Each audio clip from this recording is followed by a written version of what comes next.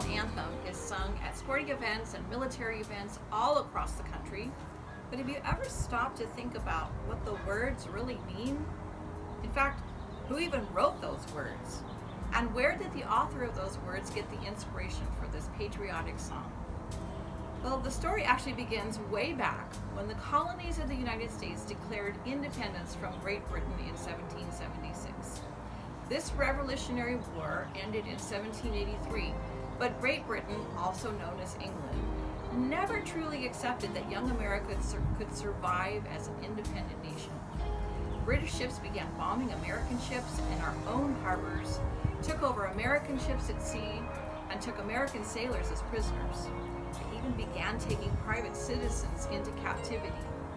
The United States finally declared war with Great Britain in 1812. So, let's hear more about how the words of our national anthem were written right in the middle of one of the battles during the War of 1812. By 1814, British ships had made their way into the Chesapeake Bay in Baltimore, Maryland.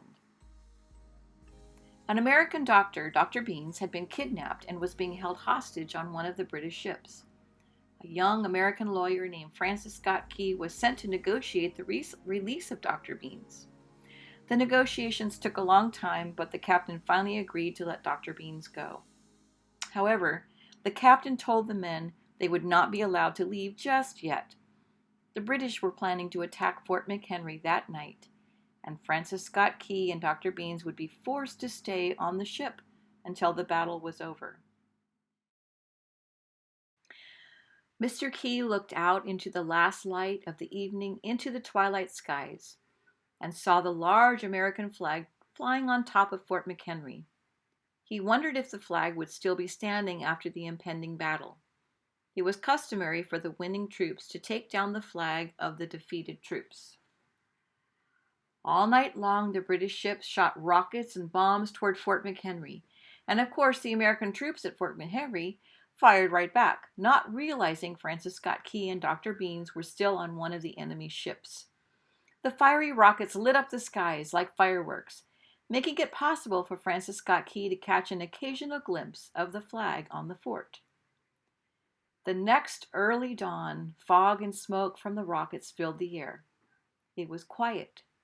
The bombs had stopped, but Francis Scott Key wondered if the American flag was still waving in the breeze. After some time, the fog lifted, and he could finally see what he had hoped for. The British troops were not successful in defeating Fort McHenry. The large American flag was still flying high. The captain of the ship released Mr. Key and Dr. Beans. In a small boat, the men made their way back to the shore. Inspired by what had happened the night before, Francis Scott Key took out an old envelope in his jacket pocket and wrote a poem.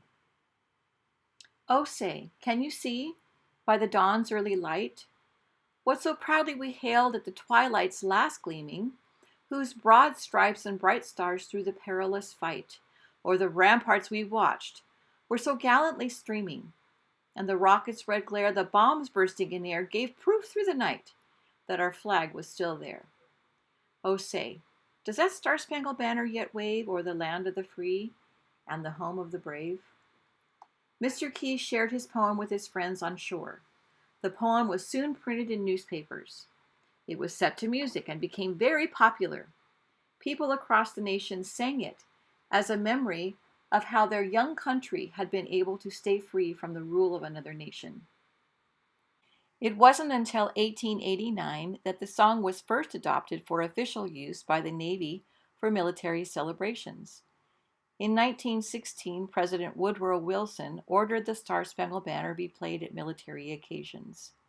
The song was finally approved to be the country's national anthem in 1931. It is sung all across the nation at sporting events and July 4th celebrations. Try singing along with the Star Spangled Banner.